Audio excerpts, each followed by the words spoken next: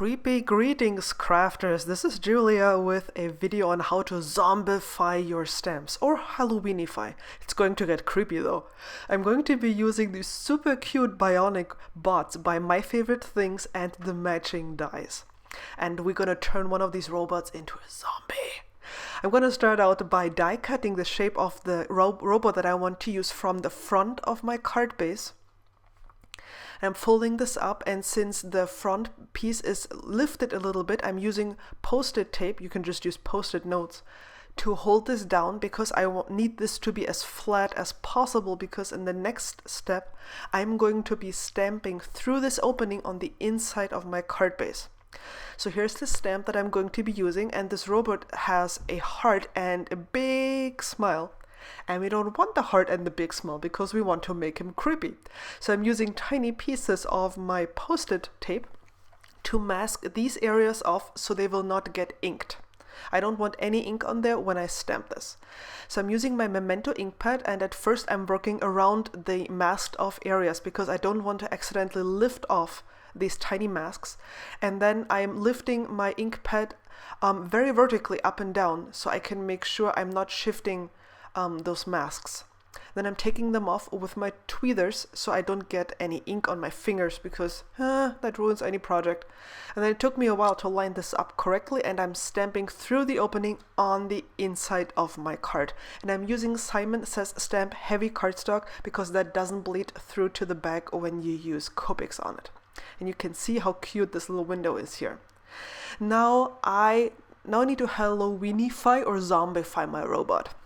So I was like, let's make him a little bit like a Frankenstein monster. So I'm just drawing in, you could think hair, I was thinking gore. So yeah, the creepier the better basically. Just some zigzag shapes. There's nothing to this, so there's no drawing skill required. I'm simply drawing in some irregular zigzag shapes across his body here, which I will then color in. And you can see I'm trying to be as random as possible here so it doesn't look even.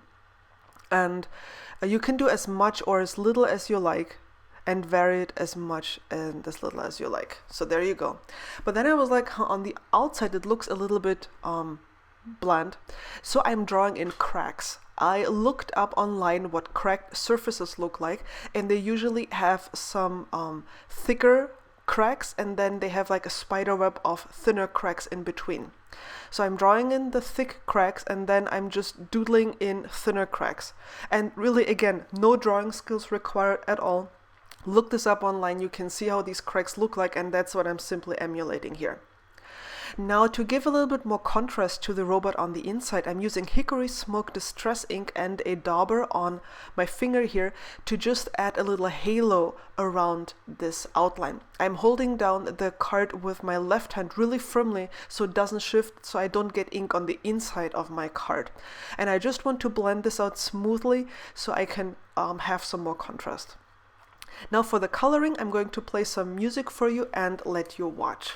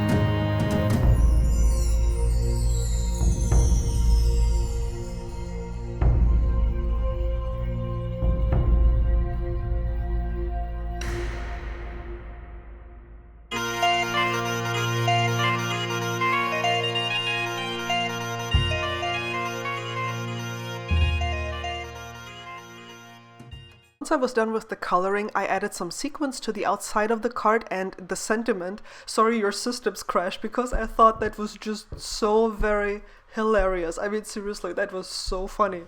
Here's a view of the little robot inside of the card. How he peeks through the opening of the card, which is so much fun. It's really so much fun in real life. And here you can see the gorgeous sequence by Pretty Pink Posh and the super fun sentiment, which just works perfectly with the Halloween theme of my card.